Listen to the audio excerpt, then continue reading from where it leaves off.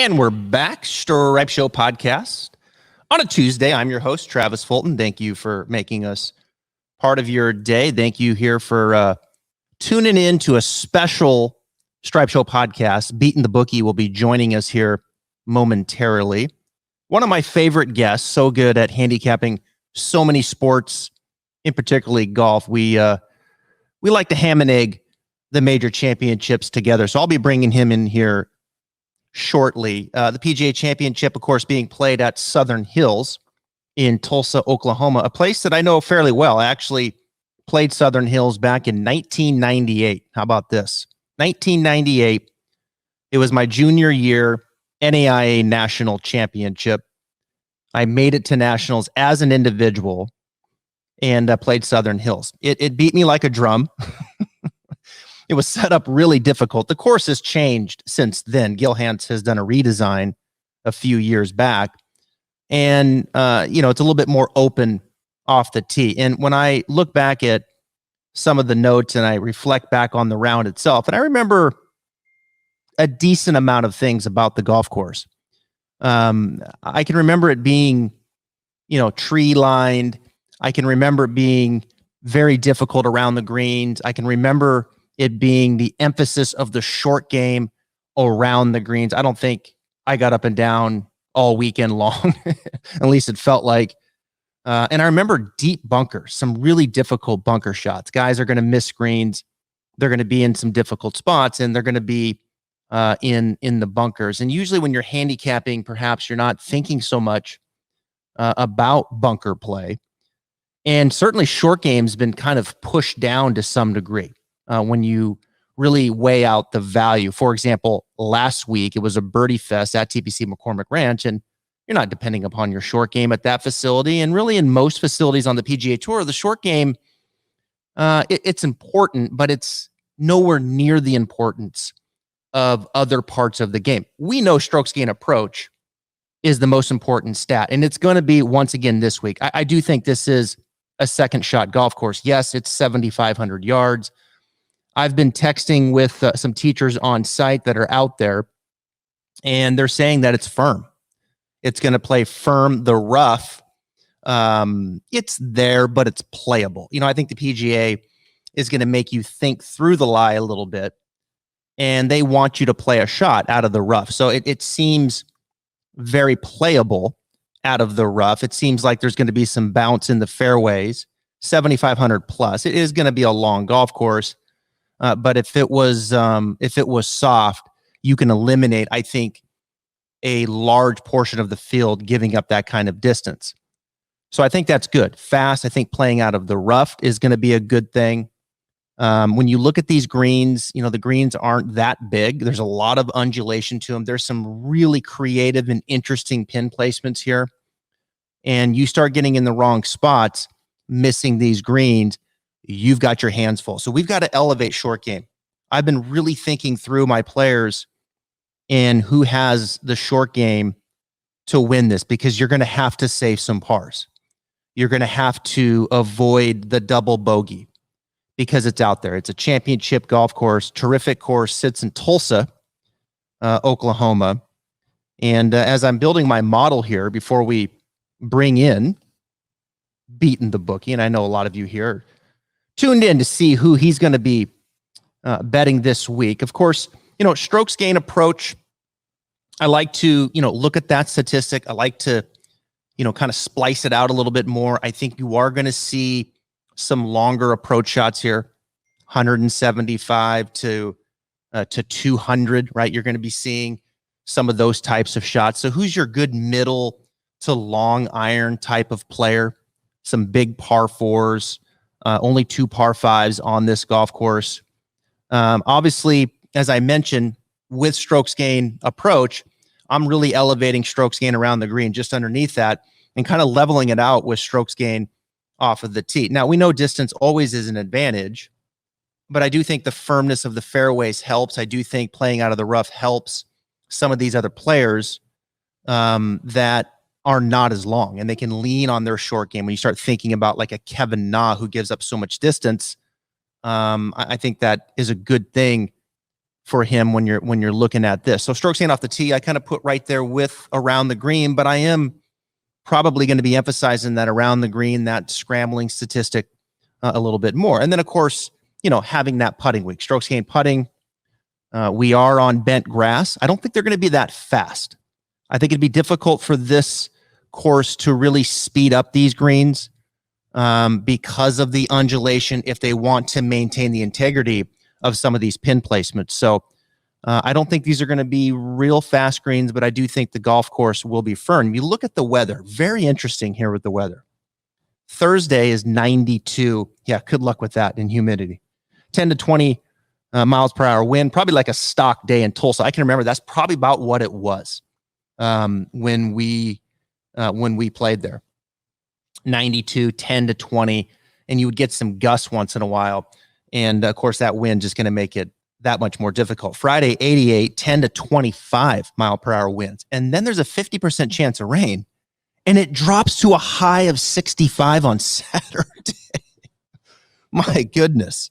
So we go 92, 88, 65 on Saturday, 10 to 20 mile per hour winds. And then it just looks beautiful on Sunday, middle of May or late May in Tulsa, 72 of a high 5 to 10 miles per hour. So it's really setting up nicely here. And all the feedback that I'm getting from coaches and caddies out there, that the golf course is going to be really good. I like what Rory had to say, and what they did off of the tee, eliminating a lot of trees since I've played there. So I certainly think that's probably going to play a little bit more into those that can be dominant off the tee. As I come onto the air here on a Tuesday, Jon Rahm is the favorite. It was Scotty Scheffler, Jon Rahm. Rahm right now on DraftKings Sportsbook is 11 to 1. Scheffler is 12. JT is 12. I'm a big fan of JT this week. I think JT is really playing some good golf, and another PGA Championship, I think, would be right there. You go Morikawa, 16, Spieth, 16, Cantlay is at 16, Rory McIlroy, 18, Hovland, 25, Cameron Smith, 25, and on down the board. So what a field. Tiger obviously is there. Tiger Woods has been on property now for really close to a handful of days. He's right now 65 to 1. Why not? Maybe a top 20 for Tiger. I think rumor has it he's feeling good, probably feeling even a little bit better about his game and his body heading in to the PGA Championship versus where he was at the Masters. And we know Tiger made the cut at the Masters. Phil Mickelson is not there. And it's sad. It's really a sad story. That's what this has become. All of this emotion, I think, when Phil really started to align himself with Greg Norman in the Saudi Arabia League or series or whatever they call it. And, including myself, I found myself just kind of being upset. Why are you doing this, Phil? And I think as we, dig into this, we're learning that Phil probably is a little bit different person off the golf course than he is on. And we know Phil likes to gamble. And I think there's some serious debt to be paid off there. So it makes sense, I think, from a personal standpoint and kind of what we're learning. And what's really sad, instead of this week celebrating Phil Mickelson as the oldest ever win a major championship like he did last year, what a story. I think I went through the rest of the year in amazement and just couldn't really wrap my mind around that Phil Mickelson in his 50s won a major championship. And we should be celebrating that this week in Tulsa. Instead, all of us are waiting for a book to come out about Phil Mickelson, to learn about what he's done off the golf course. At this point, I'm just sad, and I'm sure Phil Mickelson is as well. On that note, let's fire things up. Let's bring in my man, Beatin the Bookie, and give you some top picks, outright top 20s for the PGA Championship at Southern Hills. All right, there he is. We bring him in for the big tournaments, ladies and gentlemen. Beatin the Bookie. How you doing? I'm happy to be back. It's been a couple months, I think, since maybe the Masters. Maybe I don't. Yeah, I think we did. It's been a while. We did the Masters, and then maybe we didn't do one after that. Yeah, I know you're busy. I know you're the busy one. Well, I mean, it's busy, putting the studio together here behind and the new website and all that. So it's been, yeah, it's busy, but it's fun, like putting this together. It's like I'm using my brain again, Yeah. a lot of moving parts, but in the end, it's going to be really good. Where I'm sitting is going to be eventually the bar, and it's going to be a nice little 6-seater. It'll be the studio with studio lighting, and the audio is going to get better and all that. But and then when we're not using it, we'll put it down and have a drink. Yeah. Then rent it out and let some kids break these screens.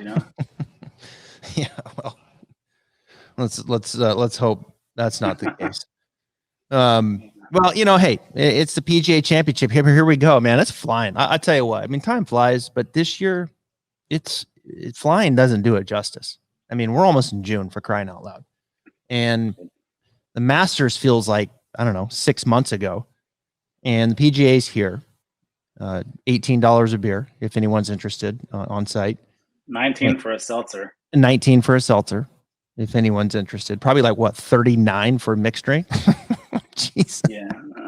I mean, it's how much is, I mean, it's like we're getting prices of Las Vegas pool party prices, and we're in Oklahoma. I know. Yeah, that's a bogey. Interesting. You got to treat the fans better than that. Yeah, I don't like that. But anyway, Tulsa, Southern Hills. I've already set it up, Beatin Book. We've had the intro here, and we know it's going to be pretty long. We know it's a par 70. I've been texting with some people there, and they say it's going to play pretty firm. The rough's playable. Yeah. They want these guys to go for these greens because they want them to miss these greens, because short game is going to be really elevated here. Obviously, you're going to have a good putting week, and you start running these models, and any which way you run the models, it's like, same people, right? It's like, there's Rahm, there's Scheffler, there's JT, there's Patrick Cantlay. So it's, these guys statistically, or whether you're just watching on TV, it lines out every single time. And as I open up the odds here, here's my first question to you. All right. When you look at the favorites, you look at Rahm at 11, Scheffler 12, JT 12, Colin Morikawa 16, Spieth 16, Cantlay 16, McIlroy 16. I'll stop there. Yeah. Where are you going? What's wild is we've seen Jon Rahm get steamed down to, I'm looking on DraftKings right now. He's plus 900. I mean, he was plus 1,200 yesterday. So the money is coming in on Jon Rahm and Scotty Scheffler. Looks like DJ too. Some money's coming in on DJ. Rory's kind of weaning off a little bit. And Brooks, Brooks was in the 20s a few days ago. Now he's down to 14.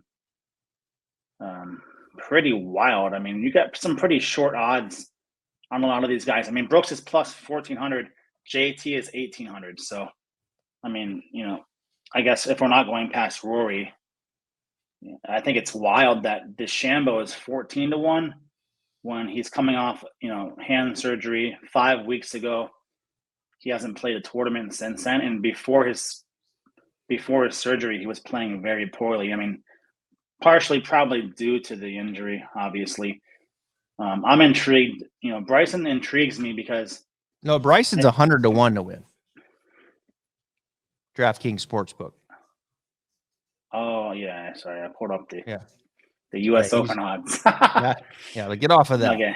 Yeah, Rahm's 9-1 in the U.S. Open in the future. So here he is, PGA. He's 11 right now. He actually just he is the official favorite right now. 11, Scheffler's 12. Yeah, him and Scotty got steamed because Scotty was like 14-1 a couple of days ago. And Rory, I like Rory, and obviously with his length and his accuracy with his irons, I mean, this is a great spot for him. But it's just his putter. Like, I mean, a couple of weeks ago, we're seeing him, 3-putt, at the Wells Fargo. I mean, the first round, he's absolutely on fire. I think he had like 5 of the first 6 holes he was birdieing, just destroying the course. And then he got off track with these missed putts, 3-putt bogeys, which totally ruined his round. It ended up costing him the tournament. Of course, he did the Rory thing, and he made a run on Sunday to just lose by 2 strokes. But I'd like to see Rory put together four full rounds here. Mm-hmm. But if we're just looking in that range, I mean, I'd have to go with Scotty Scheffler because he seems to show up every single weekend now. I mean, he's not taking. Scotty says this is his favorite course. I don't know if he's just saying that to like intimidate the other guys or what, but he says this is his favorite course. So out of those favorites, I mean, I love John Rahm. We know that. Mm-hmm. I have to go with Scotty. Wow, that's surprising to me. Like, everything okay over there? In that, okay, so you're going with Scotty Scheffler. He just doesn't have these off weeks right now. The only off week he really had was, in New Orleans at the Zurich, and that was because Ryan Palmer was playing some of the worst golf he's been playing. So yeah, I like Scotty, and if he says this is one of his favorite courses to play, I mean, I'll take his word. Whereas like John hasn't played this course much, so I'll take someone with experience at this course, and I think experience will matter at this course. Yeah. I mean, because like we saw Tiger like a month and a half ago going out with the head club pro there and playing in 18 holes, getting a layout of the course. So I think experience matters right here, knowing like how to hit it on this hole and this hole and this hole. And John, we saw John play at Ponte Vedra. TPC that was his first visit to Ponte Vedra, right? This past year. John Rahm? Yeah. No, he's been here before. Well, he almost won. He lost to Rory. Remember, he hit in that bunker on the left on 11, on 12, on 11, and made the bad decision, and then Rory. Oh, won. I think it was East Lake. I think was Rahm's first time there. Maybe. Well, anyway, I mean, but yeah, the first time at these courses, I think experience matters. So I like Scotty has experience here. Yeah, and I'll take his word for it. So definitely out of those favorites, I'm going to back Scotty Scheffler. Yeah, Texas kid. He's played in Oklahoma, so he's number one player in the world. No one's hotter than Scotty Scheffler. 4 wins, for crying out loud. Didn't play too bad last week. Man, you just you can make a case for everybody, right? I mean, these are the best players. But I just think I go to Thomas and Spieth. I want a Thomas Spieth final group so bad, and it was almost there last week. Yeah, it was. Spieth is coming, man. He's back. He's all the way back now. The driver's longer. It's in play. His iron game is great. Yeah. His short game is so good, and his putting, which was still kind of, sucking wind there a little bit, looked really good last week. Now, emotionally, can he, stay in it and not give away an easy 3-putt? I mean, he 3-putted from 10 feet and won by one and lost by 1. I mean, it's just. I'm leaning on Thomas and Spieth up top. Morikawa scares me around the greens. With he can get obviously a little clunky there. Victor, we know, can get a little clunky. He's at 25-1 with his wedge play. And Cantlay, I would probably lean at 16-1. I very seldom will go up top. I mean, I know Rahm and Scheffler are the class here, but JT obviously coming in at 12-1 now. I'll sprinkle a little there. I'll sprinkle a little on Spieth at 16. I think it'd be, I mean, what a story, right? I mean, you start thinking about what would be the biggest stories from the PGA if they won. I mean, obviously Tiger, that's number one. Mm-hmm. I mean, obviously Mickelson just completely whiffed with his opportunity. We should be celebrating Phil Mickelson. But it's Spieth. I mean, it's Spieth, the PGA Championship. I mean, it would be an absolute celebration. All right. Hey, what I like Spieth too. I mean, I think he's playing great coming into this week, and his drive. I mean, whatever he did to change his drive. I mean, remember he couldn't find a fairway to save his life a couple years ago. Now he's finding every fairway, and like you said, the only thing that bothers me is those little 7-8 footers. We saw him miss a 9-footer to Ty KH Lee last week on the 17th. So he's got to get those putts down. If he gets his putting, those short putts, if he nails those down, he's going to be completely unstoppable because his new routine, like, even though it looks like my routine out there, but I mean, he's just getting it done. His drive, his drive is just, it's so nice to watch now. Yeah. And he's swinging it so confidently. I think automatic now. when he used to go up there with the driver, he was like, you could tell he was kind of like, didn't know what herky jerky, like didn't know what he wanted to do.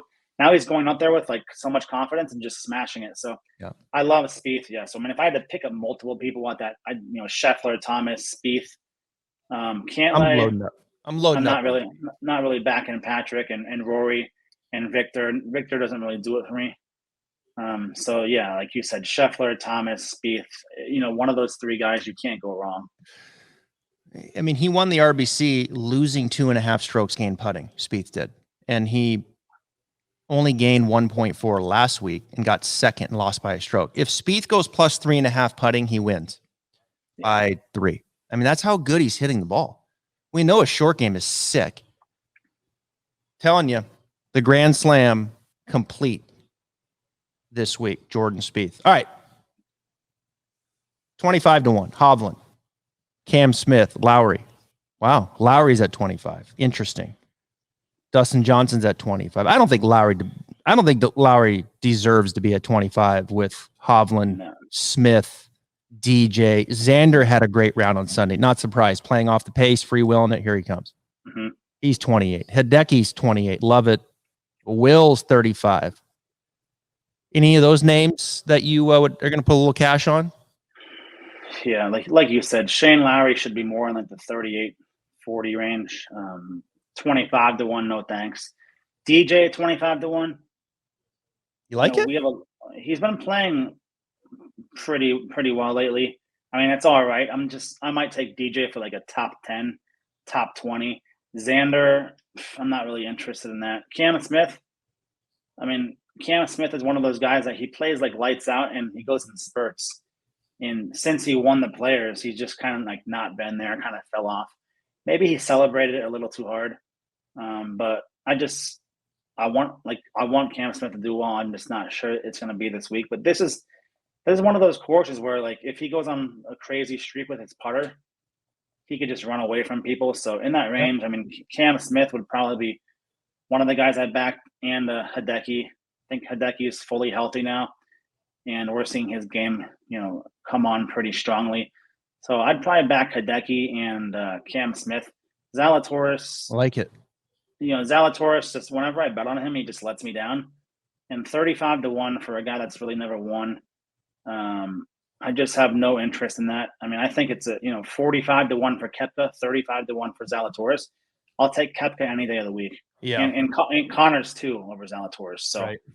I just think 35-1 for Will, no thanks. That's just one of those names where people like him. They want him to win, and they're just pushing his odds down. So I have no interest in that.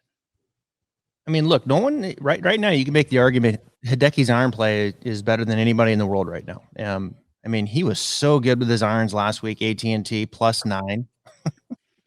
How about that eagle he had on 18 where he smoked it with the 3-wood from like 2 feet from the pin, just like he did in Hawaii. I mean, Hideki's a gamer, and he is. What I like this place for Hideki. I do. I like this place a lot for Hideki. I think he can reach those. He can reach that par 5 on two, like with those woods. So I mean, I do. I like Hideki, and his game is definitely trending up. And I think he's fully healthy right now. Whereas at the Masters and stuff, he's not healthy. He has this injury. He didn't even make any. He didn't complain at all. He wasn't blaming his play on injuries. He just was quiet like usual. And I think now he's fully healthy, and he's ready to wreck some stuff. And I like Hideki because when he's down, he's going to do what it takes to try to win the tournament. Like we saw that last weekend. He knew he needed an eagle on 18 to just be in there in the mix at the end, and he eagled it. So I like Hideki. Like, he's a gamer, and I like someone that shows up thinking they're going to win every single weekend, and I think that's him.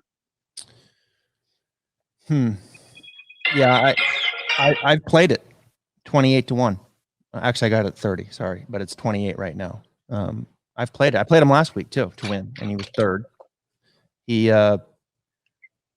His short game wasn't quite as clean last week as it usually is. I think this is code Hideki right here. I'm all in at 28. Will, I made the statement on Instagram that Cam Young will win before Will Zalatoris, and I stand by that. I know Will's he's gonna get you there with the ball striking, but I mean, he hasn't, outside of the Masters, which they don't give you strokes gain, which I think he was positive in strokes gain putting at the Masters where he finished 6th. He hasn't finished positive in strokes gain putting since October of last year. And it's just not good enough with the putter to win. I mean, top 20, okay. It's just not good enough. And he was negative 4.2 at AT&T. You know, you feel for guys like that. I mean, Cam's a much better putter. Yeah. And is turning into be, I think, is going to be a better pro. Just the way his game is translating on the PGA Tour. Now, I compare them because they both played at Wake. So, I can't, look, I can't play Lowry here. I have had a lot of success with Lowry, though, but I'm not going to play him here. I refuse to bet Xander to win, and I'm not going to go with DJ. I think DJ's in that, I don't know this for sure, but I know historically with DJ, he just gets disgruntled with the putter, and he'll go through a period where he's switching and this and that, and I just feel like we're in the middle of that right now, and I'm out. Marital bliss. Yeah. I mean, it's funny. You brought up Cam Smith, all right? And let me pull up Cam real quick because I want to make a comment here on him before we go on to. What about Cam? If I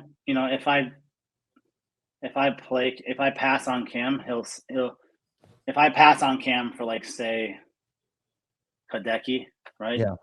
If I pick Hideki over Cam, it's going to come to Sunday, and Cam's going to beat Hideki to win it because I passed over him. That's how Cam plays. It's interesting. We're in the middle of May, and Cam's played 6 tournaments. Yeah, like he won the Players. We didn't see him for a month. 3rd at the Masters. Then he played the next week at RBC, and we haven't seen him in a month. I feel like guys are taking a lot of time off right now. Like 3-4 weeks. It's interesting. Same with Jordan. Jordan used to play every single tournament every week. Now he hasn't. Before the AT&T, Jordan took a few weeks off. After the RBC, so we're seeing a lot of guys just take time off. We're still seeing Justin Thomas shows up every week. I feel like we haven't seen Colin Morikawa play in forever. No, also. we haven't. A lot of these guys, when was the last time Hovland played over here? It's just like, Scheffler. That's why one thing about Scheffler's playing every single week. He's got that. We've seen him, yeah. Mm-hmm. Hovland played. Hovland played once in January, played twice in February, and he played 3 times in March. So we haven't seen him since the Masters, though. So there you go. It's been a while, and Vic's gonna, he's gonna be licking his chops from off the tee and in the fairway, in the fairways here. This is a second shot golf course, but his short game is going to be challenged this week. Yeah. These changes, we've seen signs, man. I can't get behind it for 72 holes on a place like Southern Hills. I just don't think that bodes well for him. I'm not in on Will Zalatoris. I need more around the green and putting, and that's where I lean towards Hideki, and I lean towards Cam Smith. I think, if Cam Smith, the greatest stat of the year is Cam Smith winning the Players and losing 5 off the tee. That's just like, absolutely insane. I don't know if he can do that here, though. He's going to have to hit a little bit straighter, but the rough's not going to be overly long. I feel good with Hideki here, right in the middle. I feel very good with Hideki. I'll play it. Let's keep going. Connors, 45. He'll get some play this week. Kept 45. He's sitting in the chair right now, PO'd that he's not getting it. God damn, I'm going to give a show these. Brooks, one of my favorite golfers, just he hasn't played, and he withdrew from the AT&T before it began last week, and that would have been his first tournament since he hasn't played since the Masters also, and since then he went to Nashville for his bachelor party. Kind of been celebrating and stuff. And how much golf has he played? I'd think, I was looking forward to him playing the AT&T because I thought he would do like the Brooks Koepka special of using first and second round to like work on some stuff and then just missing the cut on purpose so he didn't have to come back. But he withdrew, so it's kind of like, where is his game going to be? But I'll tell you what, fading Brooks Koepka at a major is not something that I'm looking, forward to doing. So I won't be doing that. You look at his majors since like 2016. what is he like 90, 98, 99 under par? The next closest person is like DJ at like 30 under par. Yeah, So but he he's missed the dominating. cut at the Masters. He Yeah. missed the cut at the Players. This big hunting Brooks. To be It's fair over. though, the players before the weather came in, he was playing pretty well. Yeah. But yeah, I mean, you just don't know. You don't know like which Brooks is going to show up. But I mean, like I said, it is the PGA Championship, so Yeah, he knows how to win that. I'll take him at 45-1 over Daniel Berger Right. at 45-1. Oh yeah, for sure. Yeah, that's a no-brainer over Connors as well. Neiman is interesting. Fitzpatrick's interesting. I don't think it's quite difficult enough off the tee for Fitzpatrick to get a win here. But he's playing some really, really good golf, is Matthew Fitzpatrick. A bit under the radar. Certainly, I think you've got to look at him as a top 10, like at a plus 400. I would be very comfortable with that. And look, I'm going to play Burns at 50 because I play Burns to win. And I think he is, I think he's a top shelf player. So I think, I've been with him from the beginning and we've got a couple wins and I'm going to stay with him here in a major championship. He's a good iron player. We know that. And he can putt. I do think his short game has gotten better. Not a great week last week, but I'm going to stay with him at 50. So Burns, from a win standpoint, has made my card in this middle range at 50. Louis is coming in at 60. Terrell Hatton at 60. There's your boy Tiger at 65. You've put, what, 5,000 on him to win? Yeah, 5,000 pesos. 5,000 Russian ruble. Not dollars, but I think everybody wants to see Tiger play well. But it looked like from the clips of Tiger on course, it looks like he's walking much better than the Masters. So I think he's in much better physical shape than he was at the Masters. Oh yeah. So everyone wants to see Tiger play well. Tyrrell Hatton, I like to watch Tyrrell play because just simply to watch him melt down and curse at himself, pretend to throw his club into the water. He's very entertaining. Louis, I think Louis just had that run last year where he was unstoppable with his putter, and I think that it's just over. So yeah. Louis, I'm not really trusting. Sam at 50-1. If we said on Sunday Sam Burns is the PGA champion, I would not be surprised one bit because he's easily got that capability. I like Billy Horschel, but Sam Burns is a killer. He's a closer, and All right, so let's segue to Horschel because Horschel has not been competitive in major championships. We've seen him; he struggles in these bigger tournaments, and outside of that, he's a very steady and solid player. In his head, the clock is ticking. It's time for him to be more competitive in major championships. Another guy that fits that bill is Max Homa at 70. I think we're seeing the best version of Max Homa right now. He knows he hasn't been competitive in major championships, but we also know Max Homa coming off the win recently at the Wells Fargo. I think Max is going to compete this week. He's playing some very good golf. His driver has been outstanding. Max is a little longer than most think. His driver's been really good. Yeah. His iron play has been really good. His putting was phenomenal at Wells Fargo. His short game can get, I don't think Max is a top shelf short game player. And I think that's the question mark. But I do think this is the best version of him right now. Mm-hmm. So I'm gonna roll with it at 70. That's as far as I'm gonna reach. And I'm going to put money on Homa. He's becoming a consistent winner, like annual winner. Yeah, every year Homa's winning, and I think I think all these internet trolls that tweet Homa and stuff, I think they really fire him up to play well. I mean, on TikTok, a few weeks ago, I gave out a Homa top 20 play, and someone was like, "You're really going to bet Max Homa to finish in the top 20?" Yeah, these people don't know they don't even know what they're talking about. The guy's been winning. He's been winning tournaments every single year. And someone like Will Zalatoris hasn't been winning every year, hasn't even been winning. And he gets a lot more hype than Max Homa does, who proves himself every single season. So Max Homa, he's definitely one of the most underrated golfers. I mean, what he's been doing speaks for itself. He's winning like tough tournaments, you know. Mm-hmm. So if he finally got together and won a major, I think I think his time is coming. And he has fun out there. You know, Yeah. you could tell he's not a guy who like takes it like like Billy out on course. You know, when Billy hits a bad shot or misses a putt, he's cursing on himself. You know, he gets pissed. You know, visibly angry. Whereas Homa, he has more. I think he's having more fun out there, and he's more like lighthearted and stuff. So he doesn't put as much pressure on himself, and I think that just leads him to play great golf. And coming off that win at Wells Fargo, I think he's definitely in a good spot.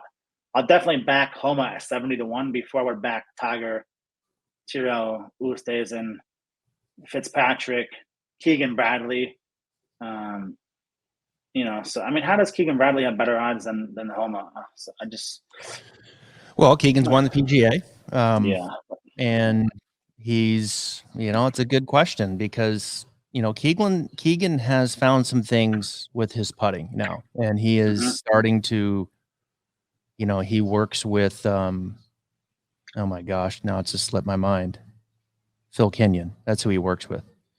And they did some stuff with his putting, and they looked at it and they were like, hey man, your putting stroke's like really, really good. Perfect. Don't do anything. Don't change anything. And it's just like, it almost like validated, like I'm good. I'm right where I need to be. And his confidence is building. And so, we know Keegan, look, ball striking check. I think he's crafty with the short. And Keegan Bradley is coming on, folks. People forget, no one affected more from that anchor band than Keegan and Webb. And it set Keegan way back. And he's battled back now, and he's starting to become that version that we saw once before. I would not be surprised to see Keegan win this thing. I wouldn't be surprised. He's I wouldn't be surprised if he finished in second. Yeah, I mean, he's certainly a top 20. I think you got to look at. He's certainly one that I'm looking. I haven't played that yet, but Keegan's playing some very good golf, very solid golf right now. And I'm going to ride the Homa train here. I'm going to go there and say he's going to, he's not a dog short game. He's not a great short game player. But right now his driver and his irons are great. I mean, he is playing some really good golf. His putting was solid. So I'm going to go with it. It came down to Homa at 70 and Cameron Young at 80. I played Homa over Young. I played Young as a top 20 at 275. I think Young's the real deal. And I think he keeps his good play going into a top 25. Now, how far are you going to reach down to play a win ticket? I stopped there. Kokrak, Day, Seamus Power, Bryson's at 100. There's Mito at 110. How far has Tony Finau fallen? Like his game, 80-1.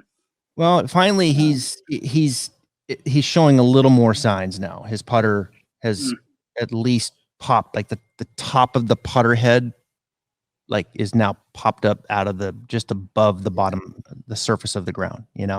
So it's not completely buried.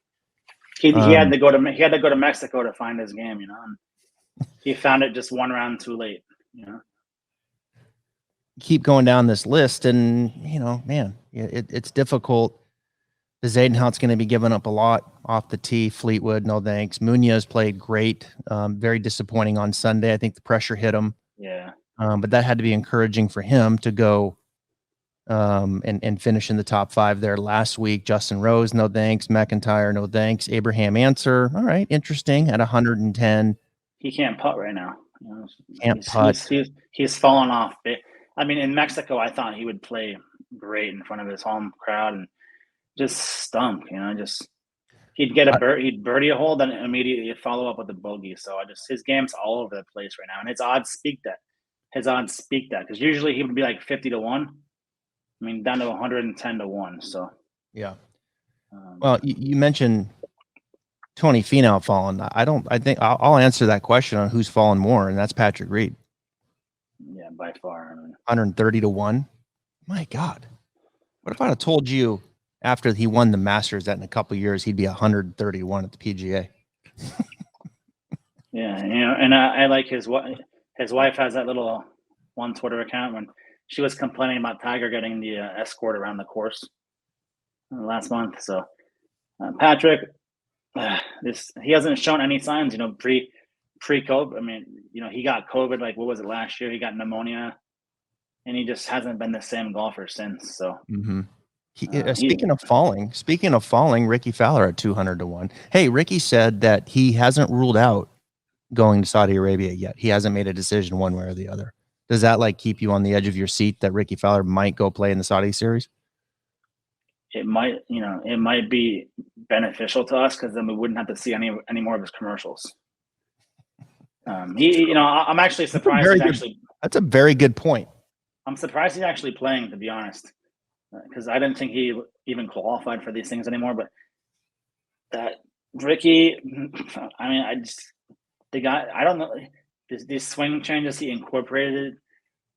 At what point do you say, all right, this is not working, let's just go back to the old Ricky? Like, why do you change up what you were doing that was working somewhat? I mean, you weren't like winning, like, you were a good player. You weren't like a major champion, but now you're like, you're missing the cut at the Rocket Mortgage. You're not even like really. Can we say he's not really a good player right now? Like, would that be like? I mean, I know all these guys are good. Like, compared to me, obviously he's like superstar, but compared to most of these guys, he's just very average. And it just looks like he has no confidence out there. He's just out there like playing, and his putting has gotten worse.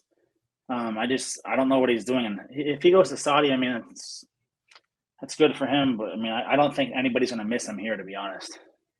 Yeah, I kind of, it's a good point on the endorsement stuff, but look, these guys, I have no idea why they change. I don't know if you listened to the pod yesterday, had Chris Mason on, who's the coach for KH Lee. I mean, KH Lee wins the AT&T Byron Nelson last year, right? And 25 under last year. And then he, I don't know, maybe a month later, he decides to leave his coach and Chris Mason, and he goes and bounces around for a while. And then now he ended up coming back to Chris at the Masters, and he wins again. It's like okay, let me just say this out loud. You're competing and winning on the PGA Tour, and you go change. Like, it just makes no sense. I mean, Ricky, yeah, he didn't win a major, but he was finishing second, like it seemed like in every other one. And he was competitive. He wins the Players. He's irrelevant now. He's completely irrelevant. And it's sad. I mean, just to see the fall of that. Patrick Reed tinkered with his driver, trying to get the face more shut on the way down. He's lost all kinds of speed. And what happens is when you start tinkering like that, you neglect other parts of your game, and then you lose your strength. And Patrick Reed, his short game, his putting, you lose the strength. Ricky Fowler, his putting, he lost it. Jordan Spieth went through it. Now, you could make the argument he's coming out on the other end, but he's wasted 3 years. So was it, I mean, to me, Spieth's a genius. He's going to figure it out and win. He's genius. But he went through thinking through all these changes for 3 years, and, like, he wasted 3 years. You can make that argument with Tiger. Yes, he came out. Tiger's a genius. He figured it out and off he went again, but he wasted multiple years through those changes. So I don't know. That's for another podcast, but there is, at this price range, though, there's one guy that I could see making a little bit of noise, and it's Cameron Champ. Yeah. He's been playing some very good golf, and he was competing in Mexico until he got an unfortunate bounce and into some deep stuff there. But I think Cameron Champ, he has all the tools to do well here. He has that drive, the accuracy off the tee. If his irons are on, he has the accuracy with these irons. And if he can just putt decent, I mean, he's got a chance, especially if we're looking at the winner being like 9-10 under par. He's one of those guys that can easily get to that. So I think at this range, I would definitely play like Cameron Champ over Patrick Reed. I did see one sportsbook tweeted out their biggest exposure this week on the PGA was Maverick McNeely. Yep, I can see that. So maybe his dad plunked down like $1 million on his son. I could see that. But yeah, I think Cameron Champ in this range. And Kevin Na, I can see Kevin Na top 20. I don't know if he has the power to win this weekend. But yeah, I could see Harold Varner like being the first round leader and kind of falling off. Well, yeah. I mean, that's a given. I think as far as I've went down top 20, I mean, the as far as I went down was home at 7,000 for a win. Yeah. But I did go down to Sepp Straka at plus 600 for a top 20. So I think this is a good spot for Sepp. He's been playing good. And I think a nice step here for a top 20. I did go that far down. I think Sam Horsfield, who won last week on the European Tour, of the 4 majors, the PGA feels like the right fit for him. He could come back over here. He lives in Orlando. He could continue, and I could see him potentially, I could see him making the cut, obviously, and competing for a top 20, but I went with Sepp instead. And, and that's kind of as far as I win. I mean, I can't believe that you're not going to take a bite of your boy, Aaron Wise. You're just going to leave him down there at 180 to 1. Yeah, I am. Yep. 180 to 1. Matthew Wolf, 180 to 1. Yeah. Bubba, 200 to 1. Bubba. Come on. It's an embarrassment. They put Sepp Straka, who's been relevant. I mean, Sepp Straka has been very relevant on tour the last few months, and he's the same odds as Ricky. That's a slap in the face to Sepp right there. So yeah, it's weird to see some of these numbers on these guys, but it just shows you these major championships, just how different things are. I mean, how different this course is going to play, the elevated stakes, and how different it is from what we saw, certainly from last week. But even just the type of player and the all-around skill that you need to win a PGA. What I do like, the thing I like about the PGA is that I like the way they do the rough generally, and they want you to play out of the rough. They want you to think about hitting the shot, and they'd rather have you try to hit the shot. And then, as you try to hit that shot, I think that rough does kind of bring a little bit more people into play. And I think the firmer conditions with the fairways is going to bring that Kevin Na, Bezadenhut more into play.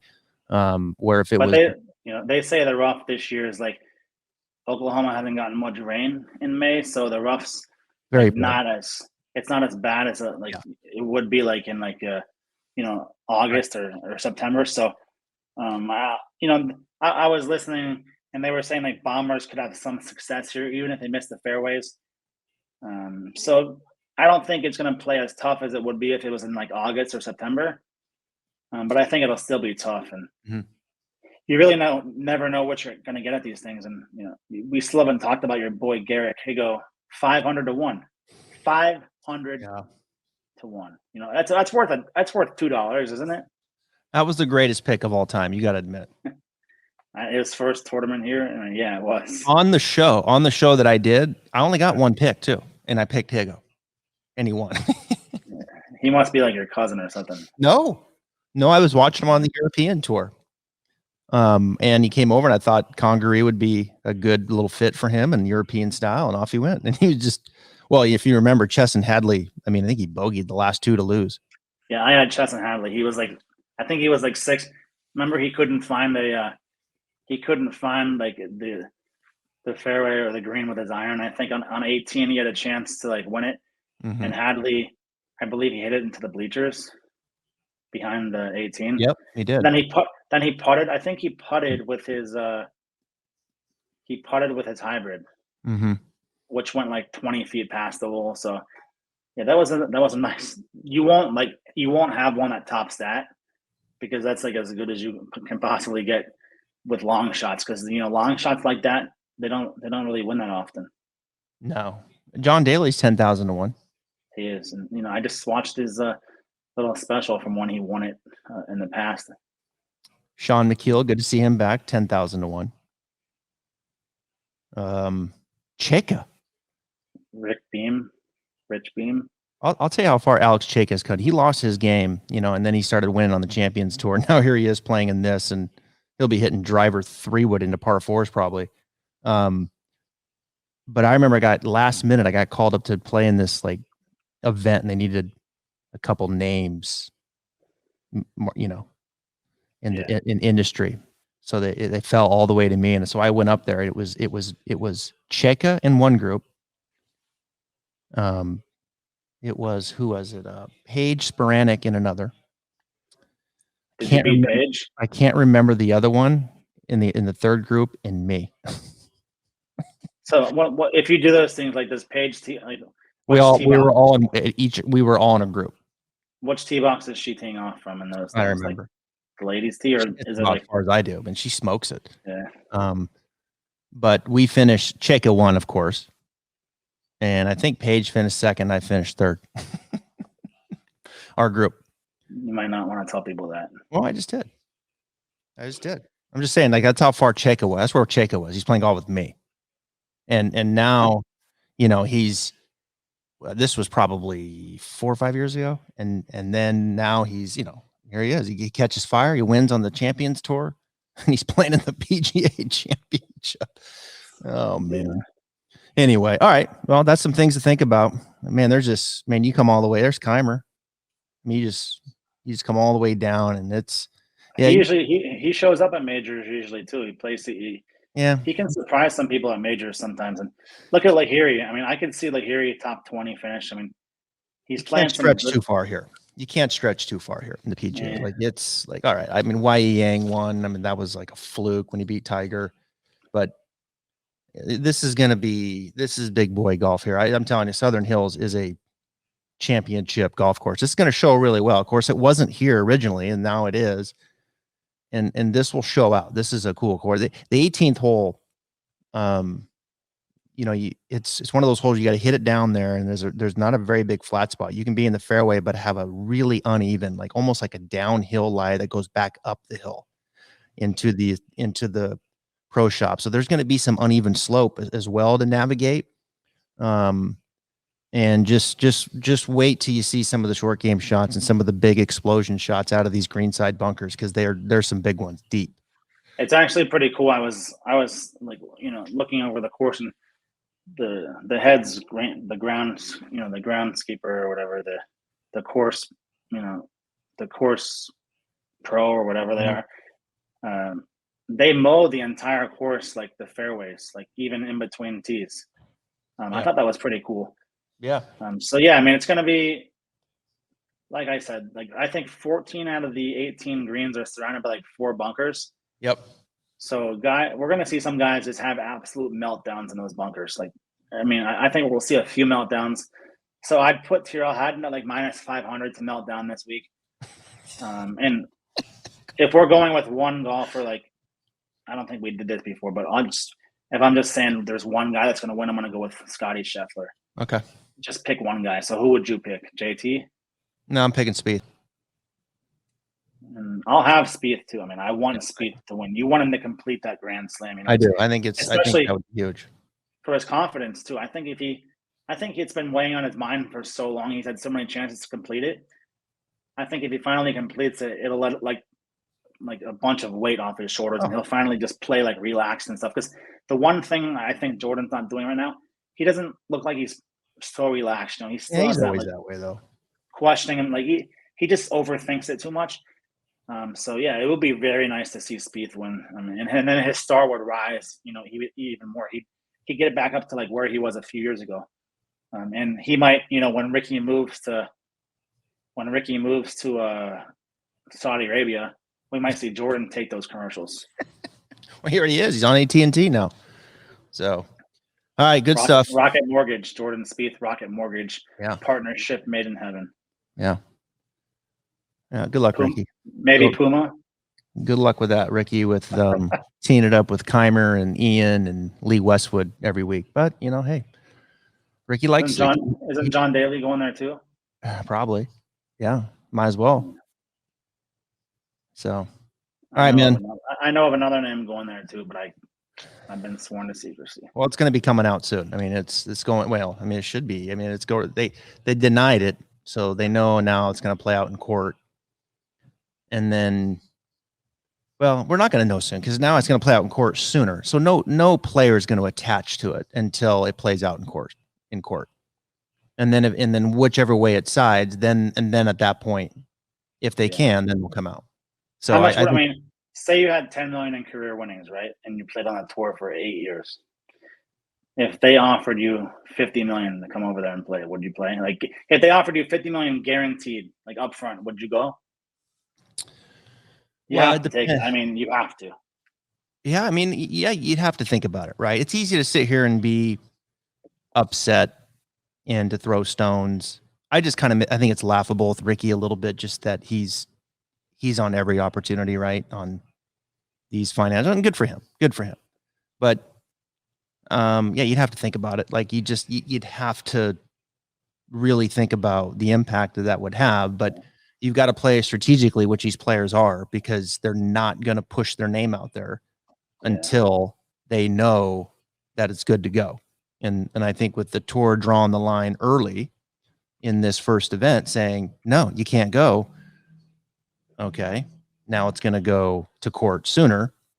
And how does it play out in court will depend whether those names come out. And hopefully they slip a little bit and we get them on the podcast and they're like, yeah, I'm going to go. Wait, no, I'm not. Yes, I am. No, I'm not.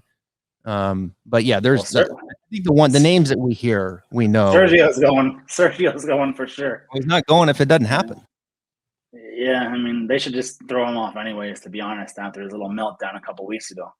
Yeah, the question now is becoming if it rules in the favor of the tour, will Liv continue on saying basically, all right, it's either us or them? Like Liv wants it to be both. Like they want it to be like you can play both. And if it's not, then I don't know. Like I think I don't think guys are going to go. I just don't. I don't think they're going to be like, well, okay, now I'm going to go there and I can't come back to the PGA Tour like that.